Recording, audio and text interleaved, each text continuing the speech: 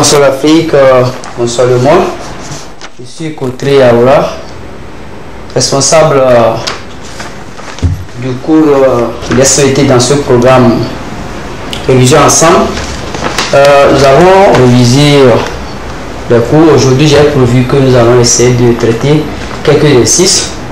Et avant toute chose, je souhaite vraiment bonne chance à tous les candidats et candidates au baccalauréat qui ont démarré déjà. Donc du coup, aujourd'hui, on va essayer de traiter si rapidement deux exercices, si le temps le permet.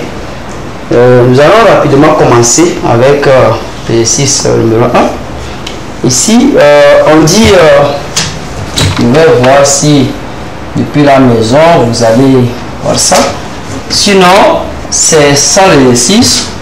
On dit le poisson chat ou poisson électrique, entre parenthèses Malaputeris electricus, possède des barbillons électriques grâce auxquels il détecte ses proies, entre parenthèses des tout jeunes alevins. Les attaques et les marges, les attaques et les marges plutôt, sur ses flancs se trouvent deux plaques électriques lui permettant d'envoyer des échanges électriques à ses ennemis avant de s'enfuir en reculant. Le document 1, voyez le document 1, c'est ça le document 1. Le document 1 indique la morphologie du poisson-chat et le document 2, la structure. Le document 2, c'est ça, c'est bon. La structure de son système nerveux. On dit 1. Si on détruit les hémisphères cérébraux d'un poisson-chat, il semble indifférent au poids qui l'entoure et reste immobile au fond de l'eau. Quand on pique alors un de ces barbillons, il effectue un mouvement de recul sans envoyer la décharge. Question numéro 1. Comment qualifie-t-on ce mouvement de recul? Justifie votre réponse. 2. On réalise des expériences avec 3 poissons chats décélébrés A, B et C. Poisson A. On plonge ces barbillons dans les terres. Poisson B.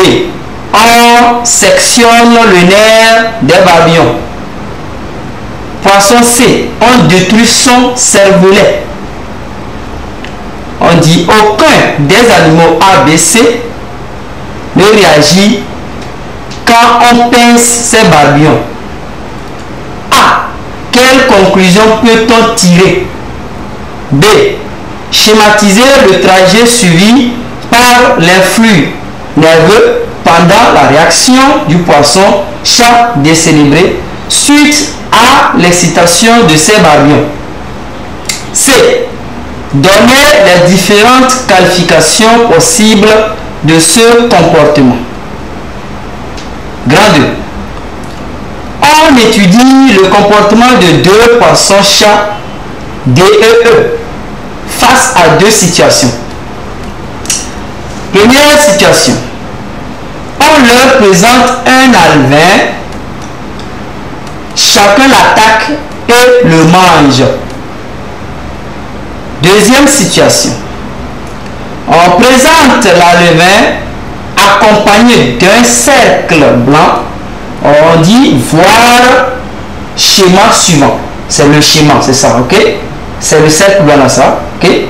Donc, dès que le poisson touche l'alevin, il reçoit la décharge électrique de 12 volts et cesse de l'attaquer. On possède ainsi chaque jour, pendant 15 jours, à 2 sortes d'expériences en comptant 3 épreuves espacées d'1 heure. Le tableau suivant donne les résultats obtenus. Le tableau, c'est ça. On dit poisson, jour. C'est clair? Et si poisson D, on dit nombre de fois où le poisson D attaque sur les 3 épreuves où l'alvin est présenté seul. Et deuxième, on dit nombre de fois où le poisson D attaque sur les 3 épreuves où l'alvin est présenté avec un cercle blanc. Donc, du premier jour jusqu'au 15e, ça. Donc, ici, on voit 3, 3, 1, 2, 2, 2, 3, 3, 3, 3, 3, 3 jusqu'à la fin. Maintenant, avec le cercle, on voit 3, 3, 2, 0, 1, 0, 1, 0, 0, 0 jusqu'à la fin. Maintenant, ici, le E, nombre de fois où le poisson E attaque sur les 3 épreuves où l'alvin est présenté seul. On voit 3, 3, 1, 1, 2, 2, 2, 2, 2, 3, 2, 3, 3, 3, 3 jusqu'à la fin. Ici, nombre de fois où le poisson E attaque sur les 3 épreuves où l'alvin est présenté avec un cercle blanc. On voit ici 3, 3, 1, 1, 0, 2, 0, 1, 2, 0, 1, ici maintenant 0, 0 jusqu'à la fin. Question. On dit, comment qualifiez-vous le comportement du poisson D après le 7e jour? Justifiez votre réponse. 2. Comment expliquez-vous le comportement du poisson D pendant les 7 premiers jours? Combien de temps ce comportement a pris chez le poisson E? 3. Faites un schéma récapitulatif du chemin suivi par l'influx nerveux avant et après la mise en place du comportement animal étudié. 4. À partir des résultats de ces expériences sur les poissons D et E, définir les différentes phases et le caractère du comportement animal étudié. 5. Quelle est l'importance de ce comportement chez les animaux? C'est ça notre exercice numéro 1 qu'on va traiter rapidement. Donc, depuis chevaux, on va aller ensemble. On commence maintenant l'exercice. On dit le poisson, chat ou poisson électrique possède des babillons électriques grâce auxquels il détecte ses proies dès tout jeune, les attaque et les mange. Sur ses flancs se trouvent 2 plaques électriques qui lui permettant d'envoyer des décharges électriques à ses ennemis avant de s'enfuir en reculant. Le document 1, on a déjà présenté ça, indique la morphologie du poisson-chat et le document 2, la structure de son système nerveux. Grand 1. Si on détruit les hémisphères cérébraux d'un poisson-chat, il semble indifférent aux proies qui l'entourent et reste immobile au fond de l'eau. Ça veut dire que lorsqu'on détruit les hémisphères cérébraux, c'est ce qui arrive à ce poisson-chat. Maintenant, quand on pique alors un de ces babillons, il effectue un mouvement de recul sans envoyer la décharge. Vous voyez? Ça veut dire que lorsque on pique ce poisson, il n'envoie pas de décharge, mais il recule. Maintenant, on dit, comment qualifie-t-on ce mouvement de recul? Justifiez votre réponse. Maintenant, vous allez voir qu'on a détruit les hémisphères cérébraux, ça veut dire qu'il y aura absence du cerveau. Donc, le comportement qui serait fait, ça serait un comportement volontaire. Donc, du coup, c'est un acte réflexe. C'est un acte réflexe. C'est un acte réflexe. Donc, ici, le 1, nous allons dire que c'est un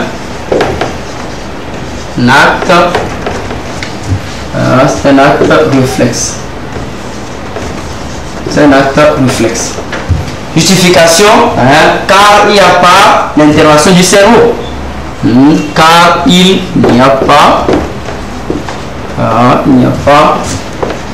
l'intervention du cerveau. C'est clair?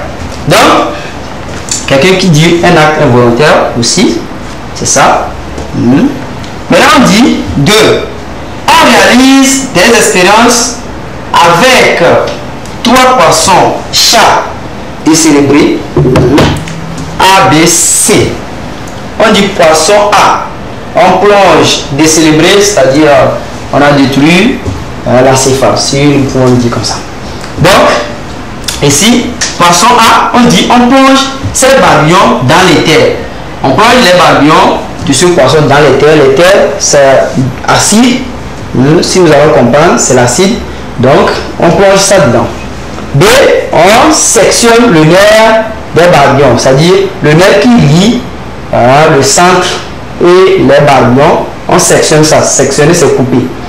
On dit poisson C, on détruit son cervelet. On détruit le cervelet, c'est-à-dire on détruit le centre.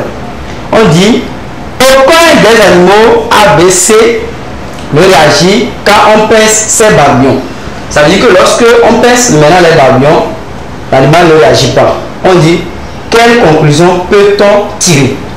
Premièrement, si l'on fait les analyses, lorsqu'on dit poisson A, on plonge ces barbillons dans les terres et que après on voit qu'il n'y a pas de réaction, ça veut dire que déjà, ça veut dire que l'acide a agi sur les barbillons qui sont les récepteurs. Parce que là où on touche premièrement, c'est là qu'il y a les récepteurs.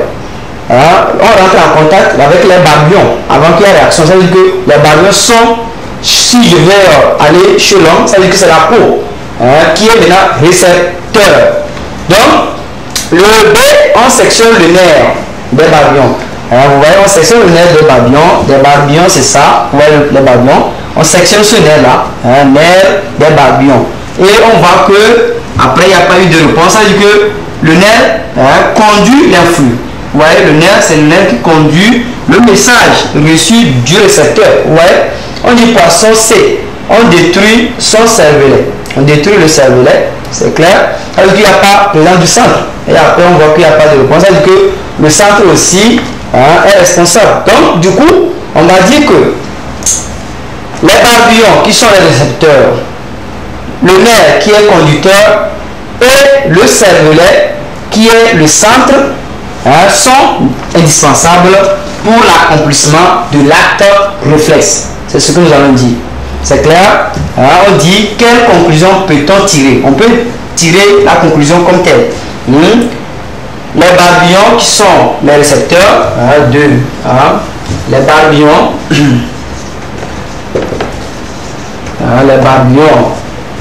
ne vais pas déjà, si on va dire on va copier, le temps va nous manquer. Maintenant, ce que vous avez obtenu depuis chez vous est que quoi? Les 3 éléments sont nécessaires pour l'accomplissement de l'acte réflexe. L'éther a fait quoi? A détruit la sensibilité au niveau des barbillons. Vous voyez, il n'y aura pas, le message ne va pas passer. Vous voyez? Donc, le message entre le nerf et le centre, ça ne va pas passer, donc il n'y aura pas de réponse. Mais la section du nerf, lorsqu'on va pincer les barbillons, c'est le nerf qui doit conduire l'influx, donc il n'y aura pas le nerf conducteur, donc ça ne va pas arriver au centre pour pouvoir donner la réponse, pas de réponse. Le C aussi, on a détruit le cerveau, le cervelet, donc le centre qui est responsable d'envoyer maintenant le message vers l'effecteur n'est pas là, donc ça ne va pas envoyer, donc il n'y aura pas de réponse. Maintenant on dit B, de schématiser le trajet suivi par l'influx nerveux pendant la réaction du poisson chat décélébré suite à l'exercice de ces barbillons. Très bien. Ici, premièrement, nous avons les barbillons. nous avons les barbions. Les barbions ici, hein, les barbions, c'est clair. Ici, ce sont des récepteurs. Voilà, ce sont des récepteurs. Donc, des récepteurs, lorsque on pince ici, ils ont reçu le message, il y a un descente de l'influx hein, qui serait conduit par le nerf. Voilà, le nerf, ici, le nerf des barbions. Le nerf des barbions. C'est bon? Donc, lorsque ça va conduire ça, ici, arrivé ici maintenant, c'est-à-dire ça va jusqu'ici, hein, la flèche. Donc, du nerf vers maintenant le cervelet, qui est le centre. Hein, vers le cervelet, qui est le centre. C'est bon? Maintenant, après, ça va arriver au niveau de quoi? De la moelle épinière, qui est le centre aussi responsable des comportements involontaires ou bien des réflexes, des actes réflexes. Donc ici la moelle épinière. La moelle épinière. La moelle épinière, c'est clair. Maintenant après là-bas, ça va aller maintenant au niveau du muscle des nageoires. Muscle des nageoires, les muscles des nageoires. Et maintenant il y aura mouvement de recul. Mouvement de recul. C'est tout. C'est la réponse. C'est comme ça le trajet va s'effectuer. Dans la fin, maintenant, vous pouvez écrire maintenant ici arc réflexe. Arc réflexe. Vous soulignez, ou bien vous pouvez écrire trajet suivi, comme on a posé la question, on a dit le trajet suivi par l'influx nerveux. C'est clair, vous pouvez tout recopier. Le trajet suivi par l'influx nerveux pendant la réaction du poisson-chat décérébré suite à l'excitation de ses barbions. Vous pouvez écrire ça et vous soulignez. Ou bien vous écrivez juste arc réflexe, vous soulignez. C'est ça la réponse de la question de B. C'est ça. Maintenant, on dit C. Donnez les différentes qualifications possibles de ces comportements. Donc, les qualifications possibles ici, si nous allons prendre notre schéma, le trajet, nous voyons qu'il y a les barbions. Les barbions sont les récepteurs. C'est clair? Donc, ces récepteurs sont, avant qu'il y ait la réponse, il faut que ça rentre en contact. Ça veut dire que ça doit toucher l'objet. Ouais, non, l'objet doit toucher les barbions. Ouais. Donc, les récepteurs sont hors. Ce n'est pas à l'intérieur du poisson. C'est hors. Donc, ça, c'est. On peut parler de réflexes. On peut parler de réflexes.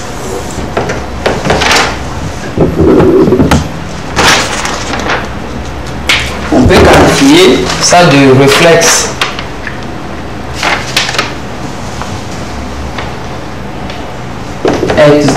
Extroceptif. Voilà. On peut qualifier ça de réflexe. Réflexe extroceptif parce que le récepteur est hors. Ça veut dire que c'est dehors, ce n'est pas à l'intérieur.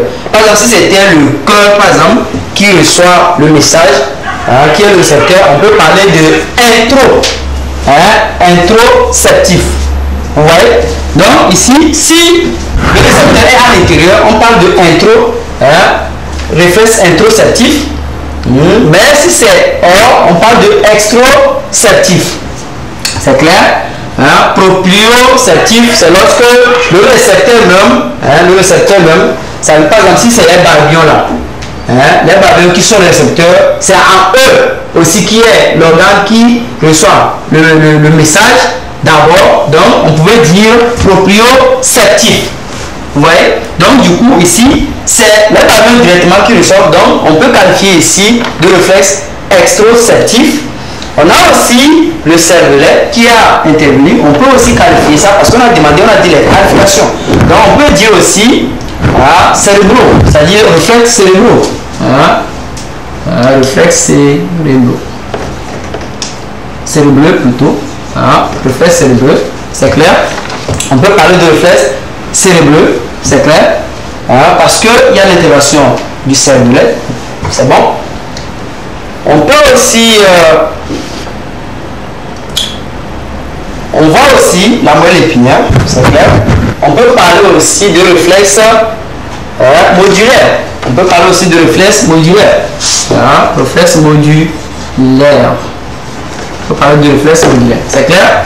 Donc, du coup, c'est les qualifications que nous pouvons donner là-bas. Hein, on voit, il y a les babillons, donc on peut parler de extroceptif, on peut parler aussi de cérébreux, on peut parler aussi de réflexe modulaire, c'est clair. Donc, c'est les qualifications. Lorsqu'on parle de qualification, si l'encéphale intérieur aussi, si ce qu'on avait l'encéphale, on peut dire encéphalique, c'est clair.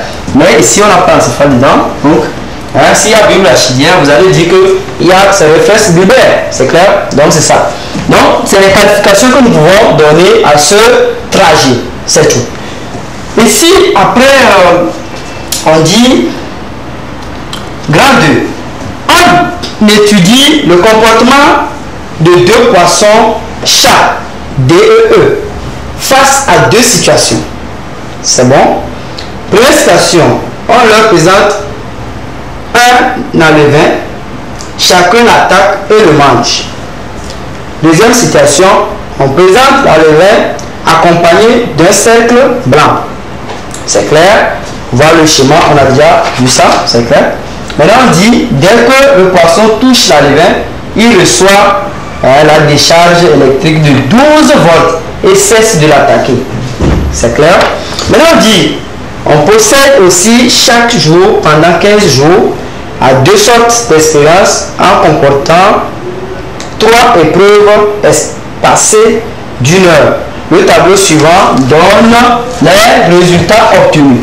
Donc, poisson D, c'est ça. On dit nombre de fois où le poisson D attaque sur 3 épreuves où l'alevin est présenté seul. Ouais. Ici, nombre de fois que le poisson D plutôt, attaque sur les 3 épreuves où l'alevin est représenté ou bien présenté avec un cercle blanc.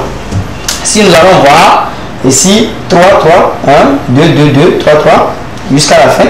Ici 3, 3 avec le cercle, il a pris les 3. Après il prend le 2. Après il ne prend rien. Après c'est 1. Après c'est 0 aussi. Après c'est 1. Et après c'est 0 jusqu'à la fin. Ici aussi même chose, on voit, il a pris ici 3, 3, ici 2, 2, 2, 2, 3, jusqu'à la fin, il prend le tâtonnement. Maintenant après ici, il prend 3, 3 là, après avec le cercle, il prend 1, 1, après il ne prend rien, après il prend 2, après rien, après il prend 1, après 2, après 0, après 1, et après il ne prend pas. Ici, à part d'ici, il ne prend pas jusqu'à la fin. Ici, ça à part d'ici, il ne prend pas jusqu'à la fin. Maintenant on dit, comment qualifiez-vous le comportement du poisson D après le 7e jour? Après le 7e jour. Donc, si nous allons voir ici le poisson D, au niveau où on présentait 100, ouais, 100 et cercle, il prenait mais il y a des tâtonnements un peu. Après, il prend les 3, 3 jusqu'à la fin.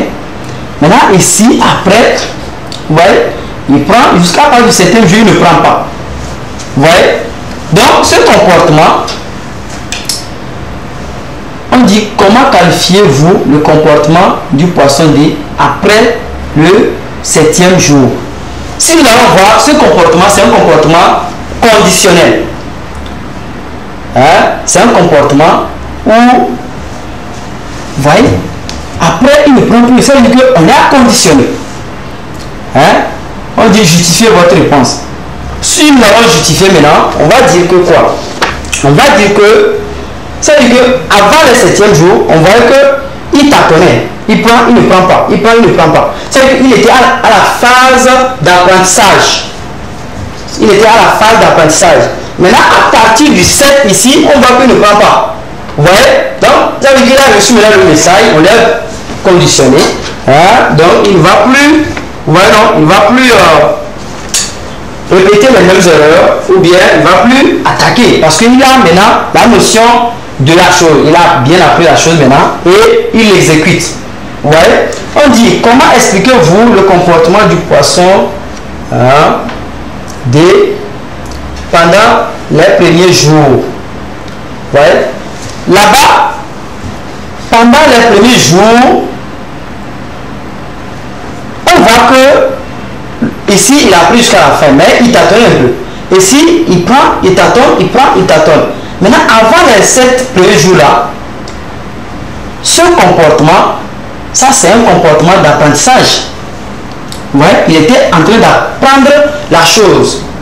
Donc, on dit, comment expliquez-vous le comportement? Pour expliquer ce comportement, on va dire que notre poisson était à l'apprentissage. C'est à cause on voit qu'il y a le tâtonnement. On dit combien de temps ce comportement a pris chez le poisson E.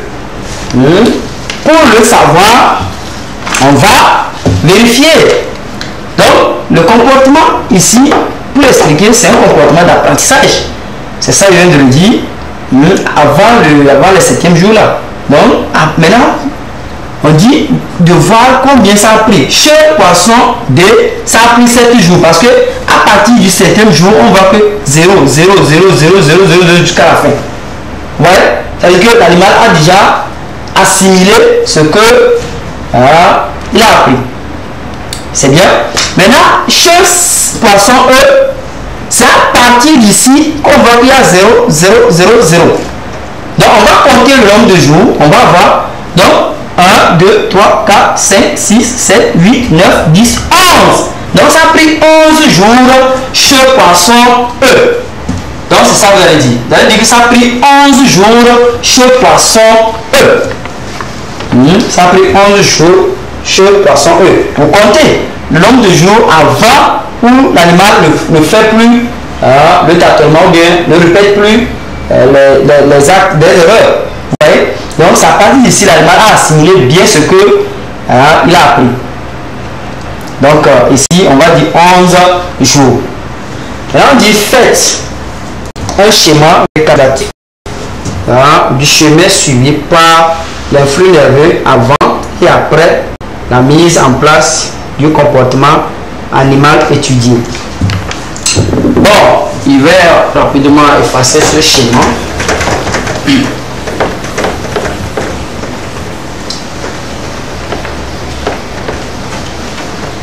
Bon, ce schéma récapitulatif, ici, premièrement, avant que l'animal effectue ses comportements conditionnés, l'animal recevait, le récepteur était les barbions. Vous voyez, c'était les barbions. Mais après, c'est-à-dire ce qu'on venait de faire tout de suite. Mais là, après, l'acte conditionné, ce n'est plus les barbions qui réagissent maintenant. Dès que l'animal, les poids, comme on a, c'est-à-dire conditionné avec le sel, ou si elle est proche de ses poids, il y a des charges de 12 volts qui la frappent. Vous comprenez? Mais là, ce n'est plus au contact que l'animal réagit, mais dès que l'animal voit, c'est avec le poids ou bien c'est seul, c'est la fuite. Vous voyez? L'animal sait que si elle s'approche, il y aura des charges. Donc ce n'est plus c'est-à-dire les barbions qui sont les récepteurs, mais ici c'est l'œil dès la vision, c'est-à-dire le récepteur maintenant devient l'œil. Donc on va parler de air visuel. C'est air visuel qui reçoit maintenant air visuel. Air visuel qui reçoit maintenant le message. C'est l'air visuel qui reçoit le message. Premièrement, c'est un comportement, c'est-à-dire stimulus conditionné.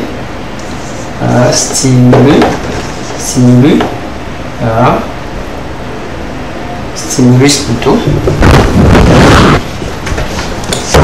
Stimulus conditionné.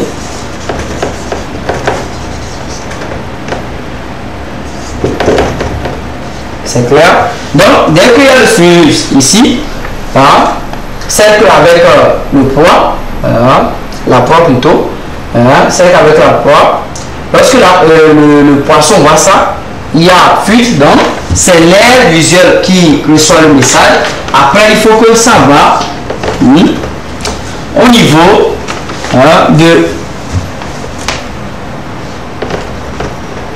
Il faut que ça va maintenant, après aire visuelle, ça va aller au niveau du air des nageoires, c'est-à-dire air responsable des barbions, air qui gouverne, c'est-à-dire que lorsque la décharge, avant qu'il y ait décharge, c'est les barbions qui en contact provoquent décharge. Maintenant, comme ce n'est pas les barbions, ça va commencer par air visuel.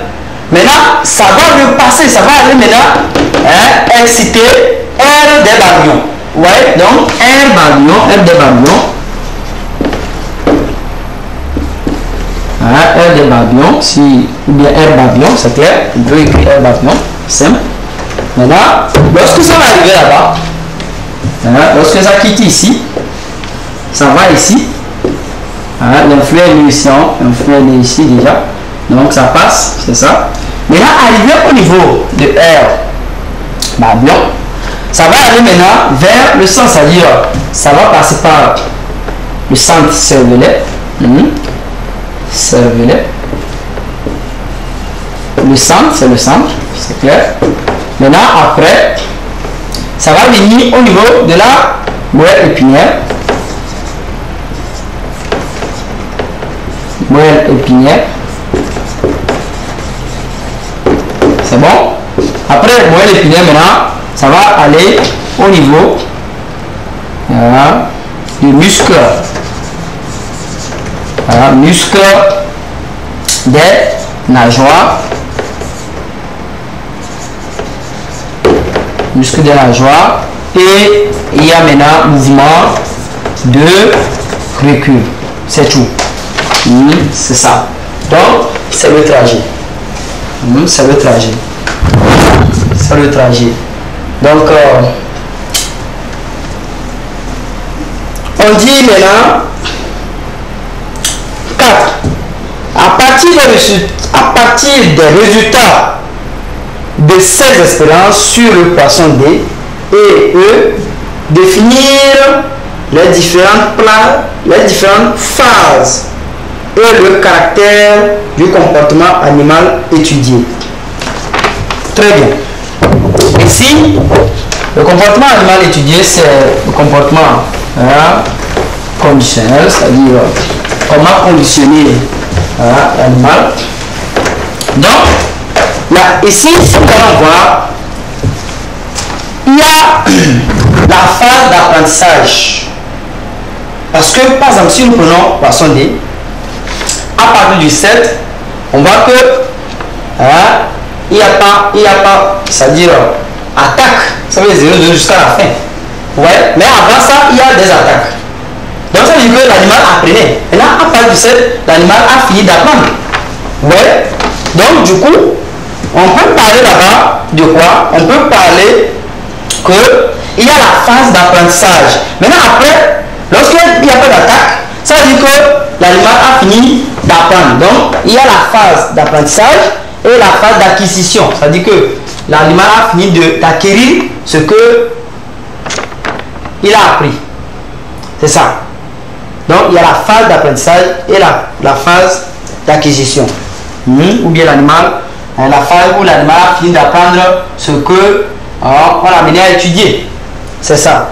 Maintenant, ici, on dit, après avoir donné ces phrases-là, on dit et le caractère du comportement animal étudié.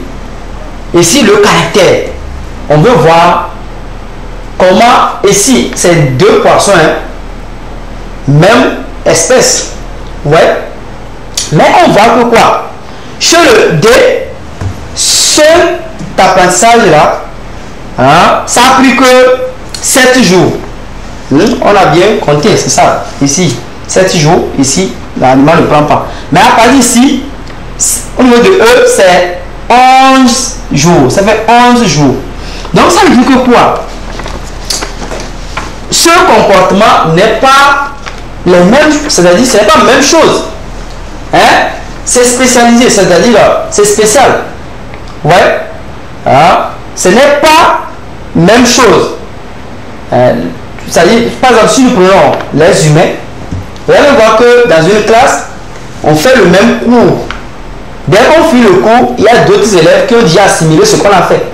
Il y a d'autres, ça arrive à la maison, qui vont maintenant apprendre pour maintenant recomprendre, ouais, et maintenant chercher maintenant à répondre aux questions. Or, d'autres, déjà en classe, ils ont déjà compris. Ça veut dire que ce comportement d'apprentissage n'est pas le même chez les mêmes espèces. C'est spécialisé. Chacun est maître de ce comportement en face de l'apprentissage.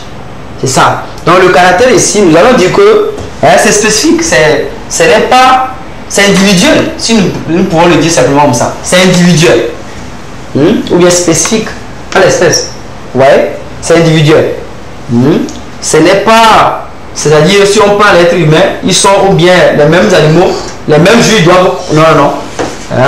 Ça peut arriver, mais il y a des cas où si vous avez deux animaux, ça veut dire qu'ils ont les mêmes capacités, si nous pouvons le dire. Mais s'ils sont, vous allez voir qu'il y aura d'autres qui vont assimiler premièrement, d'autres après, d'autres même après des années qui vont comprendre. Donc c'est ça. Donc on peut dire que c'est individuel.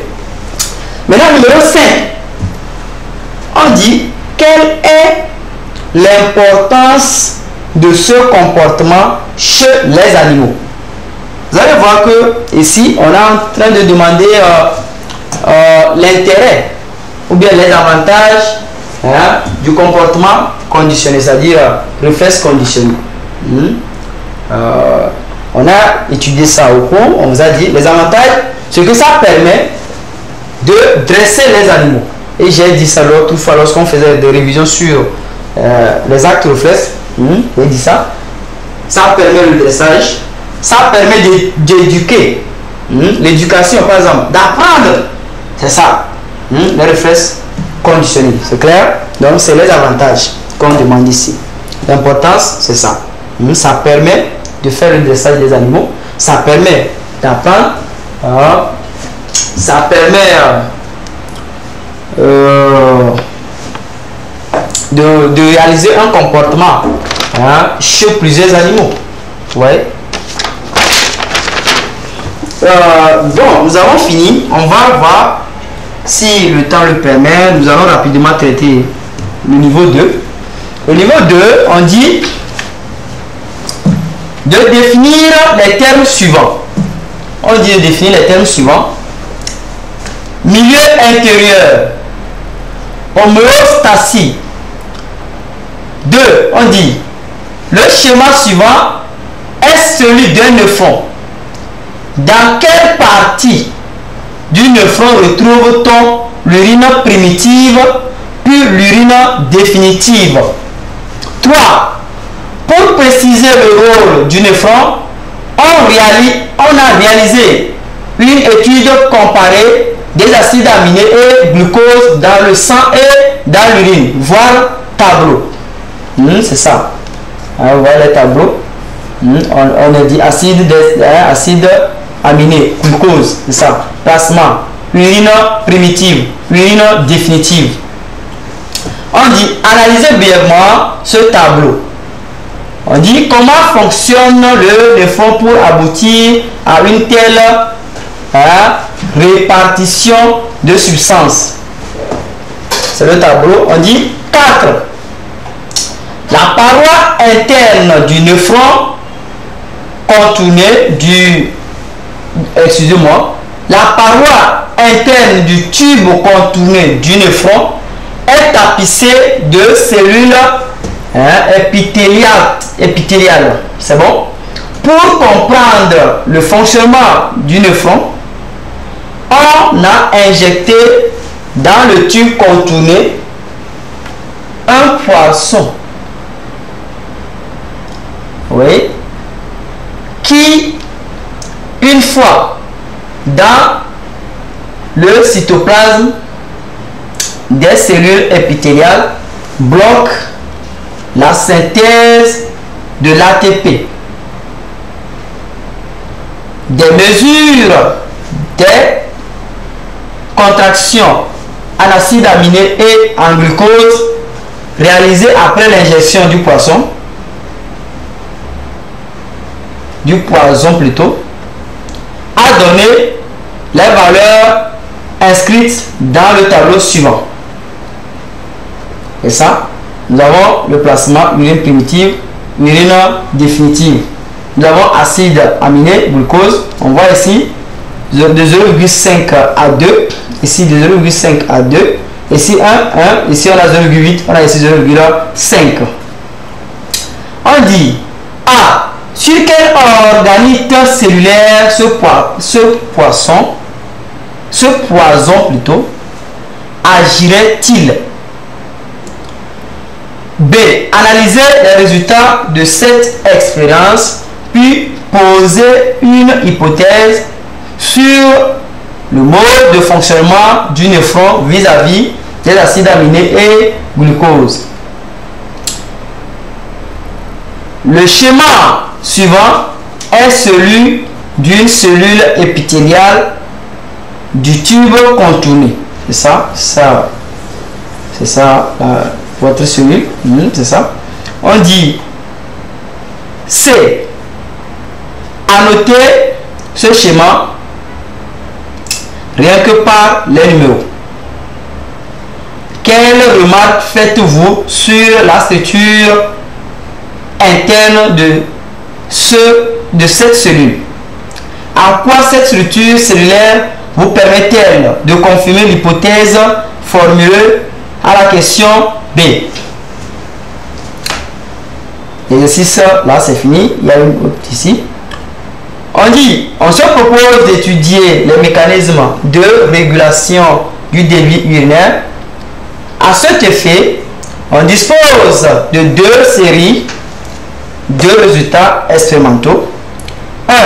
Des expériences effectuées chez le chien ont donné les résultats suivants. A. On enlève le lobe postérieur de l'hypophyse chez un premier chien. On détermine ainsi chez cet animal un diabète insipide, caractérisé essentiellement par un débit urinaire 3 à 4 fois supérieur à la normale. B. Sur un deuxième chien, par une injection intraveineuse d'extrait du lobe postérieur de l'hypophyse, on obtient une forte diminution du débit urinaire. C. On prélève du sang dans la veine jugulaire. On dit entre parenthèses veine qui ramène le sang de la tête vers le cœur. D'un chien soumis auparavant à une injection intracarotidien de NaCl à 20%, on introduit alors 10 cm3 de ce sang dans une veine d'un autre chien. On constate également chez ce dernier une diminution importante du débit urinaire. C'est bon? Quel renseignement peut-on tirer de ces résultats? Voilà, c'est l'exercice. Rapidement, on va commencer. On dit de définir les termes suivants. Milieu intérieur. Tout d'abord, milieu intérieur, lorsqu'on parle du milieu intérieur, c'est le milieu qui entoure un être. Si nous allons parler en termes géographiques, c'est-à-dire sur le plan espace. Donc c'est le milieu qui entoure les êtres vivants, ou bien c'est le milieu dans lequel un être vivant est, si nous pouvons le dire comme ça. Maintenant, en termes d'extrémité, si on parle du milieu intérieur, on veut prendre en compte le sang. C'est le milieu dans lequel baignent les organites de l'organisme. C'est notre milieu intérieur. C'est le milieu dans lequel baignent les organismes de l'organisme ou bien les cellules de l'organisme. C'est tout. Compte tenu du temps, je ne vais pas recopier toutes les réponses au tableau. On va aller un peu oralement et vous allez prendre note. J'ai dit milieu intérieur. Si on vous demande une question, on dit en SVT, définissez le milieu intérieur. C'est le milieu dans lequel les cellules de l'organisme baignent. C'est ça. Il y a une multitude de façons de le dire. C'est le milieu dans lequel baignent les organismes de l'organisme. C'est ça. Maintenant, on dit de définir homéostatie. Je réécris le mot.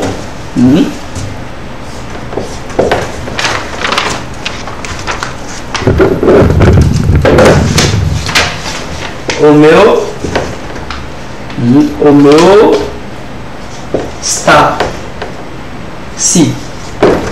C'est le mot homéostatie.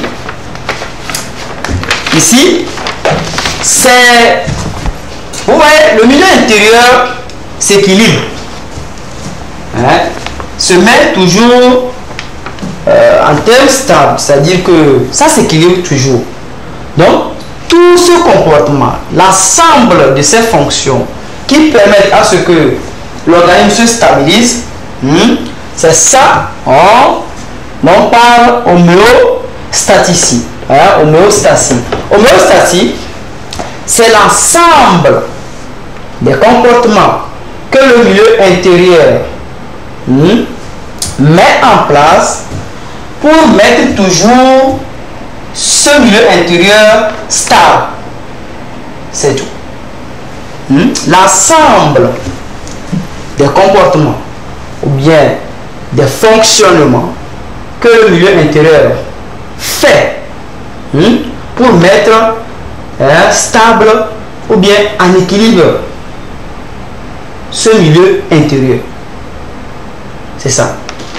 Donc, si on finit là-bas, on va sur le numéro 2. On dit le schéma suivant est celui du nœud-front. C'est ce schéma. Vous avez ça dans votre topo. Lorsque vous avez fait le cours sur le milieu intérieur, vous comprenez? C'est ça. Le nœud-front, c'est ça. Ouais. Donc, on dit dans quelle partie du nœud-front retrouve-t-on l'urine primitive puis l'urine définitive? Si nous allons répondre à la question, on vous a dit ça au cours. Premièrement, l'urine primitive, on trouve ça dans le tube contourné proximal, ici. Lorsqu'il y a filtration ici, et sélection autre, l'urine qui vient ici, c'est l'urine primitive, dans le tube contourné proximal. Mais là, on dit, puis l'urine définitive. L'urine définitive, c'est dans le tube contourné distal ou bien tube collecteur. Quelqu'un qui dit dans tube collecteur, là, c'est une bonne réponse. Quelqu'un qui dit aussi tube contourné distal, c'est vrai, c'est une bonne réponse. L'urine définitive se trouve à partir de tube contourné distal ou bien dans tube collecteur. C'est bon? 3. Pour préciser le rôle du nœud-front, on a réalisé une étude comparée des acides aminés et glucose dans le sang et dans l'urine. Voir le tableau, c'est le tableau ça.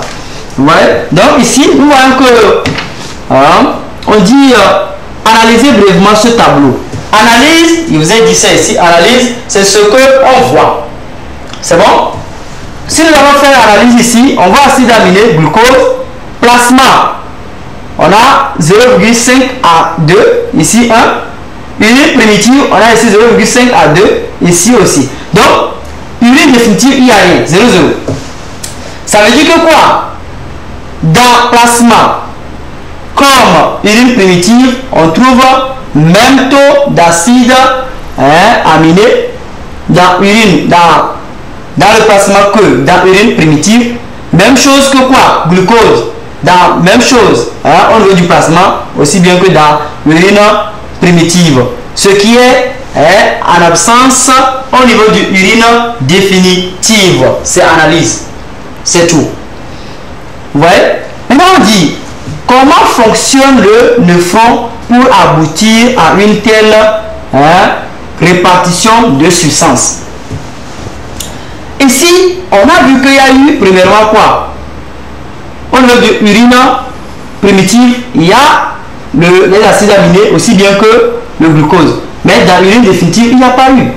Ouais. Donc, premièrement, le nephron fait quoi? Avant qu'on ait l'urine primitive, le nephron va faire filtration. Va sélectionner, si nous pouvons le dire. Va faire dialyse. Maintenant, après dialyse, ça veut dire que quoi? Après dialyse, il y a réabsorption.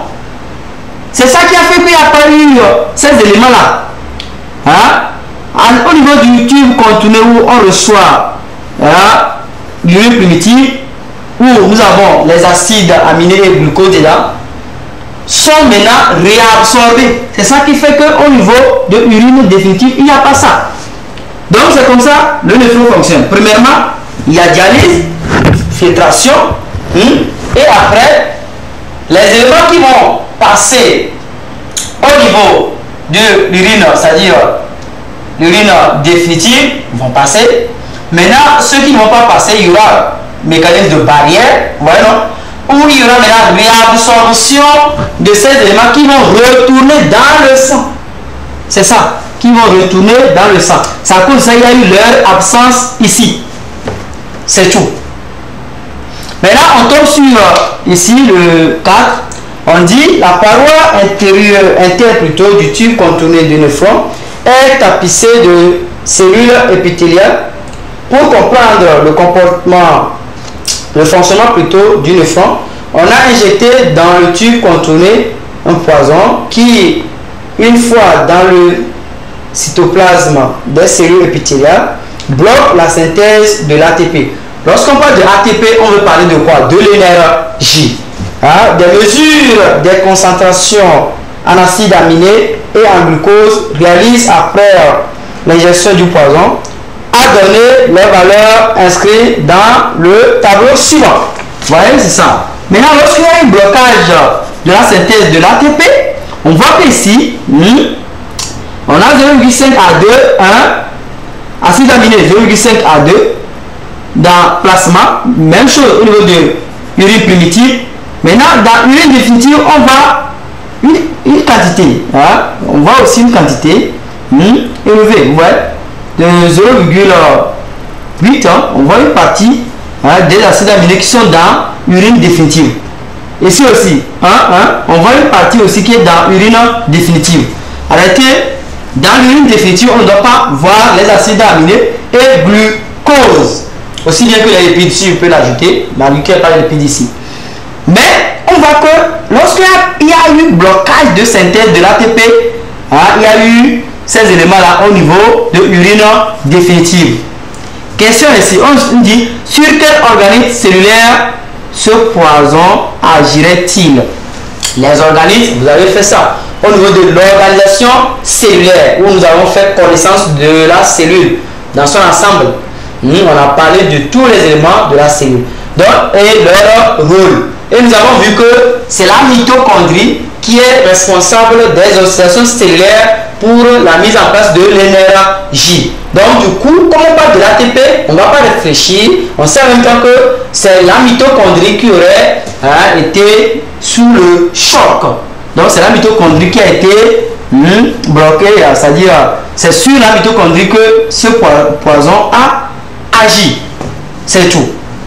Maintenant on dit analyser ces résultats de cette expérience puis poser une hypothèse sur le mode de fonctionnement du nephron vis-à-vis des acides aminés et glucose. Donc ici, qu'est-ce que nous allons dire? On va voir que quoi? Il y a présence des acides aminés dans le plasma, même chose au niveau de l'urine primitive, aussi bien que du glucose, même chose du plasma à l'urine primitive, mais on voit c'est-à-dire une quantité signifiante au niveau de l'urine définitive. Vous comprenez? Ça veut dire que dans du plasma urine primitive à urine définitive, nous voyons qu'il y a présence des acides aminés aussi bien que du glucose, jusqu'en moyenne vers l'urine définitive. Ça, c'est analyse. C'est bon? Maintenant, on dit hypothèse. Et si une hypothèse, si nous allons voir, en l'absence et à une présence de glucose et d'acide aminé au niveau de l'urine définitive, ça veut dire que déjà dans notre thèse, ça veut dire que le néphron utilise de l'énergie pour faire ses fonctionnements. Déjà, ce que nous allons voir dans la tête. Maintenant, en termes, si nous allons aller un peu vers les échanges cellulaires, on nous a parlé du passage actif et passage passif, qui est le dialyse. Le dialyse se fait sans l'utilisation de l'énergie. Mais l'actif, le passage actif utilise de l'énergie. Donc, deuxième phase, ça veut dire que quoi? Après dialyse, le néphron fait quoi? Fait le passage maintenant actif, qui demande maintenant de l'énergie. Donc, en manque de l'énergie, le néphron sera obligé de laisser certains éléments passer comme l'acide aminé et le glucose. Donc, c'est l'hypothèse que nous allons émettre. Nous allons émettre que ça veut dire que le néphron ferait le passage actif pour ses fonctionnements dans l'absorption de l'acide aminé et du glucose. Ce qui a fait que lorsqu'il y a eu un manque ici, il y a eu passage de ces éléments dans l'urine définitive. Donc après, on dit analyser le schéma suivant est celui d'une cellule épithélium du tube contourné. À noter ce schéma. Annotation ici rapidement. Ici le 1, on va, c'est les microtubules. Ouais, c'est les microtubules. Microtubule. C'est le microtubule. C'est clair. Le 2, on va. C'est le réticulum. Ouais, c'est le réticulum. J'espère bien que vous voyez. C'est le schéma. Ici, c'est le réticulum. Le 2, c'est le réticulum. Réticulum. Ce sont des réticulums, c'est clair. Après, nous avons ici, ça c'est le noyau. Nous avons le 3 qui est le noyau. C'est le noyau. Vous voyez, j'espère que vous voyez, c'est le noyau. Et ici, vous voyez la forme là, ce sont des mitochondries. Le 4, mitochondries. Il n'y a pas H dedans, c'est mitochondrie. C'est la mitochondrie, c'est clair. Mitochondrie. Après, nous avons le 5. Ça, c'est capillaire sanguin. Vous voyez, il y a, ou bien, vous voyez, c'est le sang que nous voyons. Donc, c'est veine qui amène le sang, nous allons dire. Donc ici c'est capillaire sanguin. C'est capillaire sanguin. 5 là c'est capillaire.